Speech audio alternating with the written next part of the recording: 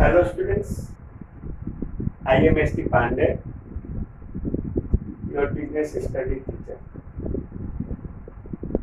Your first topic in business study is nature and significance of management. What is management? First we know what is concept of management.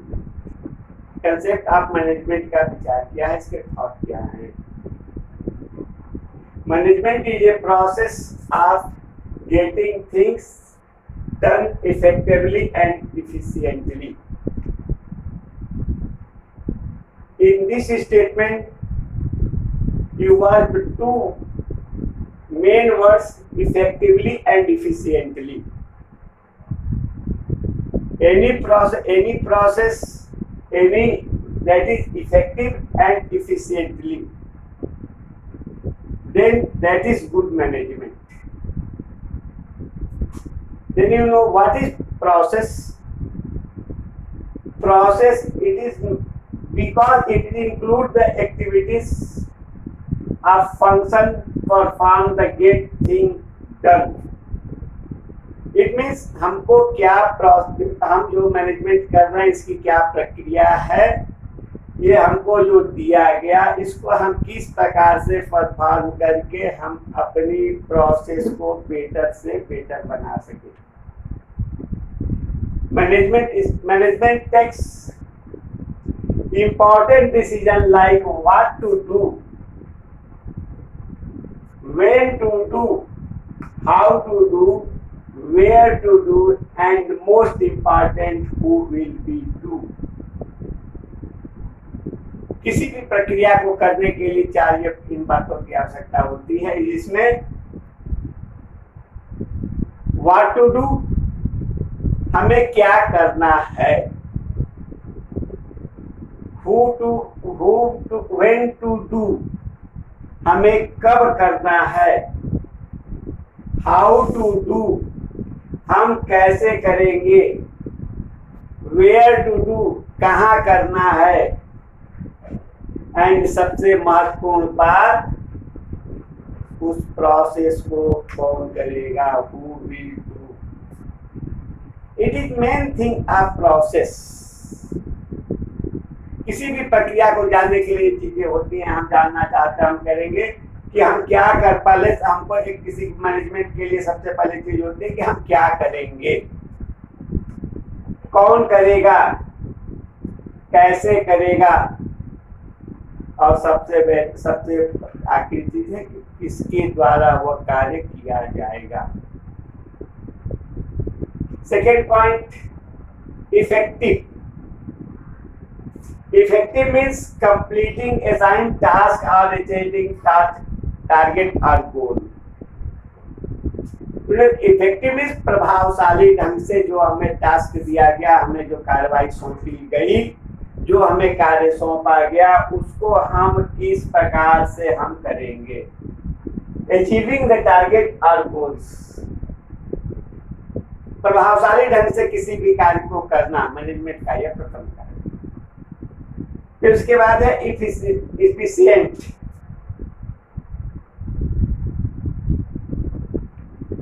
Means not only completing assigned task और achieving the target in the given time, but also in manner that all the available resources are utilized optimally and task is completed in the minimum cost. Efficient मतलब वो special का तात्पर्य होता है कुशलता पूर्वक. जो हमें कार्य सौंपा गया उस कार्य को हमने जो है एक दिए गए समय में given time, but also in manner that all available resources, जो हमारे पास संसाधन हैं,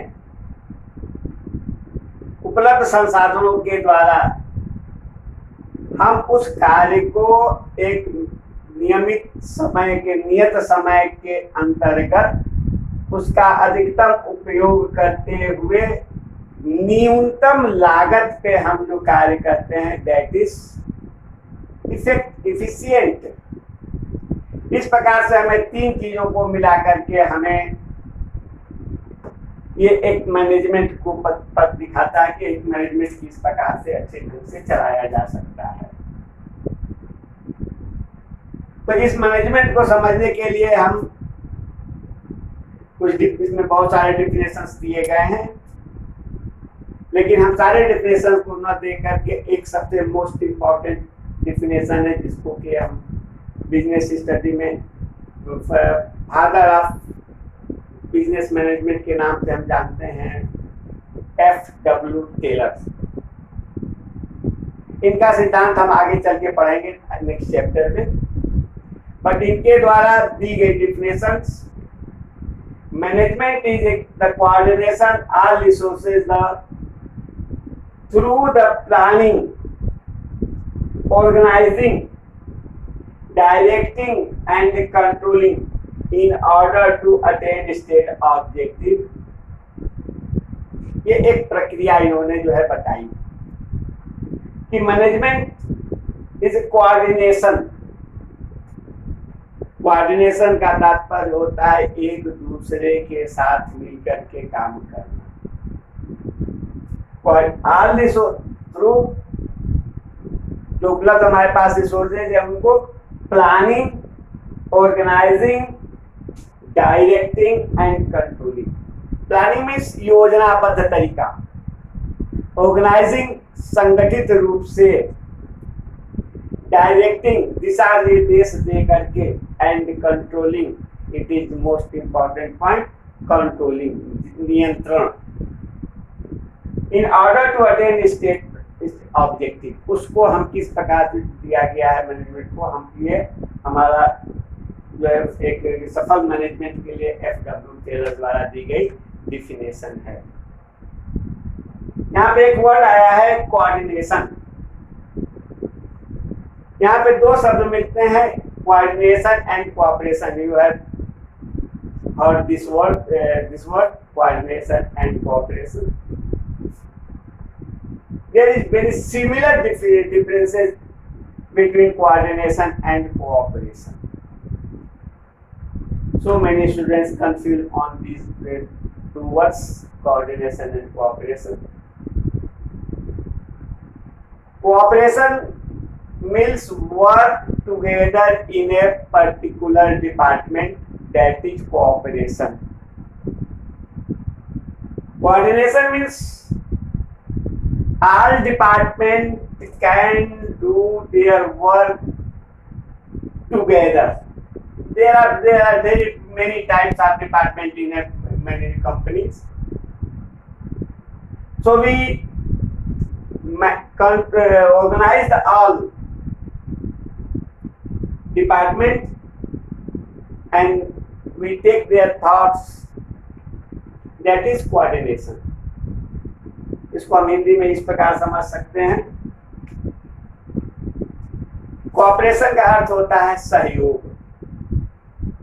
जब हम किसी कार्य को करने के लिए एक विभाग में एक दूसरे को कार्य करने के लिए हम एक साथ मिलकर के कार्य करते हैं, तो वो होता है जिसको कि हम सहयोग। जैसे कि हमें एक कोई टेबल बनाना है तो उसको 4 भागों में डिवाइड कर दिया गया। किसी ने उसके लेग्स बनाए, किसी ने उसके बेंच बनाए, किसी